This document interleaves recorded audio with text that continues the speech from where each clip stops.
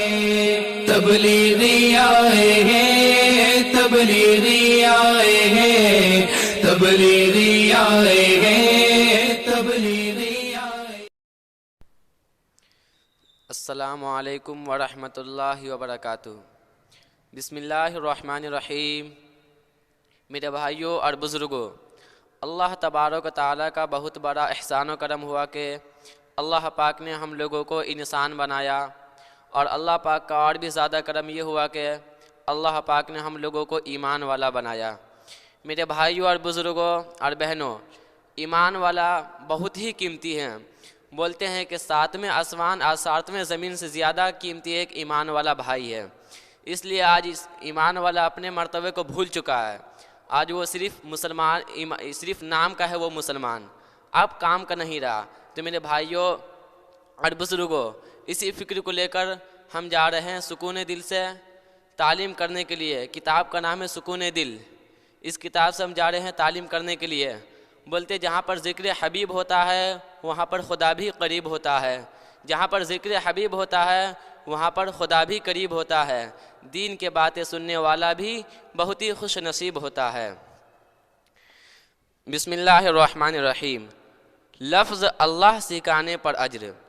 جو آدمی اللہ کا لفظ سکھاتا ہے کسی اپنے بچے کو، کسی کو بھی اللہ کا لفظ سکھاتا ہے تو اسی کے بارے میں فرمایا کہ اس کا کتنا اجر ملتا ہے، اس کے گناہ کس طرح مٹ جاتے ہیں اور اس کے لیے نیکیاں کس طرح لکھی جاتی ہیں. تو اسی کے بارے میں ہم جا رہے ہیں پڑھنے کے لیے. لفظ اللہ سکھانے پر اجر. اگر یہ عورت اپنے بچے کی اچھی تربیت کرتی ہے، اس کو اللہ کا لفظ سکھاتی ہے، تو حدیث پاک کا مفہوم ہے کہ جو بچہ اپنی زندگی میں سب سے پہلے اپنی زبان سے اللہ کا لفظ نکالتا ہے تو اللہ تعالیٰ ماں باپ کے پچھلے تمام گناہوں کو معاف فرما دیتے ہیں. یہ کتنا آسان کام ہے کہ جب بچے کو اٹھایا تو اللہ کا لفظ کہا. آج ہماری بہنوں بیٹیاں بچے کے سامنے ممی کا لفظ کہے گی، اور کوئی زیادہ ماڈرن ہوگی تو وہ کہے گی کہ جو آپ وہ جائنی ہے، کوئی ماسٹرنی ہوتی ہے، کوئی زیادہ پڑھی لکھی ہوتی ہے انگلش لینڈ سے، تو وہ کیا سکھاتی ہے کہ پہلے ایپل سکھاتی ہے کہ ایپل کا مطلب کیا ہے. APPLE ایپل، اس کا مطلب سکھاتی ہے کہ ایپل مانا سیب، ریٹ مس چوہا، کتا بلی پہلے سکھاتی ہے. وہی اولاد آگے چل کے بیکار ہو جاتے ہیں تو بولتے ہیں کہ لوگوں سے شکایت کرتے ہیں کہ بچہ ہمارا کہنا نہیں مانتا. کیوں کہنا مانیں گے؟ آپ تو اس کی پرورش صحیح سے نہیں کی. آپ تو پہلے ہی ان کو کتا بلی کا سکھا دیا، کتا بلی کی رٹ لگا دی، تو آپ کی قدر کیا کریں گے؟ وہ کیا جانیں گے کہ ماں باپ کا کیا مرتبہ ہے.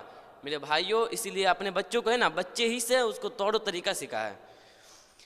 تو بولتے ہیں تو اس مسئلہ کا پتہ نہیں کہ اگر ہم اس بچے کے سامنے اللہ کا لفظ پڑھا کریں گے اور اس بچے نے سب سے پہلے اپنی زبان سے اللہ کا لفظ بولا تو اللہ تعالی ہمارے پچھلے تمام گناہوں کو معاف فرما دیں گے. جو ماں باپ اپنے بچے کو اللہ کا لفظ سکھاتا ہے تو بولتے ہیں کہ جب وہ بچہ اللہ کا لفظ بولنا سیکھ جاتا ہے تو اللہ پاک ماں باپ کے پچھلے تمام گناہوں کو معاف فرما دیتے ہیں. تو اس لیے میرے بھائی، جب اب چھوٹا بچہ اس کو سب سے پہلے ہم کیا سکھائے؟ اللہ کا نام بولنا سکھا ہے، اللہ کا لفظ بولنا سکھا ہے. اب ہم جا رہے ہیں کہ اپنی نیت درست کریں، اپنی نیت کو صحیح کریں. اب اپنی نیت کو کس طرح صحیح کیا جاتا ہے اب ہم آپ لوگوں کو بتانے جا رہے ہیں کہ اپنی نیت درست کریں. نیت ٹھیک کرنا ایک مستقل مسئلہ ہے. آج عورتوں کو تصحیح نیت کا سبق نہیں سکھایا جاتا کہ کس نیت کے ساتھ انہوں نے صفائی کرنی ہے. یاد رکھیں کہ نیت ٹھیک ہوگی تو ثواب مل جائے گا، نیت ٹھیک نہیں ہوگی تو ثواب نہیں ملے گا. مثال کے طور پہ نیت کا ٹھیک کرنا چونکہ ایک اہم مسئلہ ہے، اس لیے اس کو ایک مثال سے واضح کیا جاتا ہے.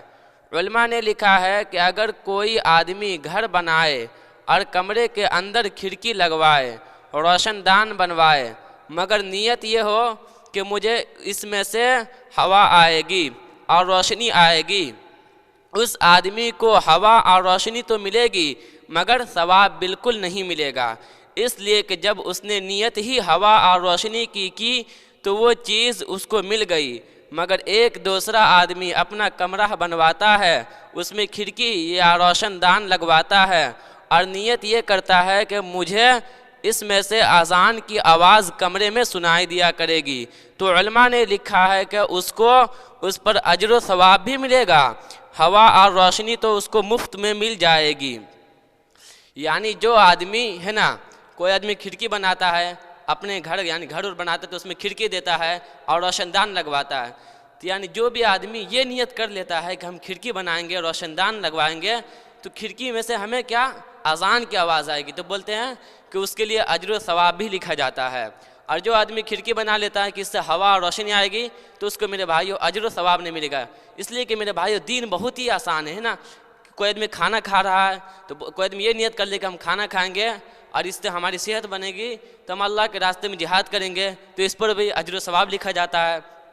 مثال کے طور پر ایک اور مثال سمجھے کہ ایک عورت گھر میں کھانا پکا رہی ہے، اگر کھانا بناتے ہوئے اس نے سالن میں ایک گھونٹ زیادہ پانی ڈال دیا، تو علماء نے مسئلہ دیا ہے کہ جتنا پانی مناسب تھا گھر کے سب لوگوں کے لیے، اتنا پانی ڈالنے کے بعد اگر وہ ایک گھونٹ پانی اور ڈالتی ہے اس نیت کے ساتھ کہ شاید کوئی مہمان آ جائے، شاید ہمیں کسی پڑوسی کو کھانا دینا پڑ جائے، اس نیت کے ساتھ اگر ایک گھونٹ پانی اس نے سالن میں ڈال دیا تو اس عورت کو مہمان کا کھانا پکانے کا ثواب عطا کر دیا جائے گا۔ یعنی کوئی عورتیں کھانا بنا رہی ہے، بولتے کہ بس صرف ایک گھونٹ، یعنی ایک گھونٹ پانی سالن میں اور زیادہ ڈال دے اور نیت یہ کر لے کہ ہمارے گھر میں کوئی مہمان آ جائے گا تو ہم اس کو کھانا کھلا دیں گے یا اپنے پڑوسی کو کھانا کھلا دیں گے، بس صرف یہ نیت کر لے کہ یعنی ایک گھونٹ پانی ڈال دے، کسی مہمان کی نیت کر لے تو اس نیت پر بھی اجر و ثواب لکھا جائے گا۔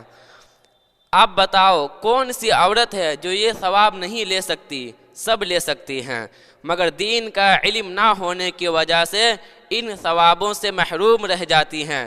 اس لیے تو اللہ کے نبی صلی اللہ علیہ وسلم نے ارشاد فرمایا، طلب العلم فریضۃ علی کل مسلم و مسلمۃ، علم کا طلب کرنا ہر مسلمان مرد اور عورت پر فرض ہے، گویا عورتوں پر بھی فرض ہے کہ وہ دین کا علم حاصل کرے، اور یہ بیچاریاں دین سے اس قدر بے بہرہ رہ جاتی ہیں کہ ان کو غسل کے فرائض کا بھی پتہ نہیں ہوتا، مسائل کا صحیح پتہ نہیں ہوتا۔ اللہ تبارک و تعالیٰ ہم سبوں کو کہنے سننے سے زیادہ عمل کرنے کی توفیق عطا فرمائے۔ السلام علیکم ورحمۃ اللہ وبرکاتہ۔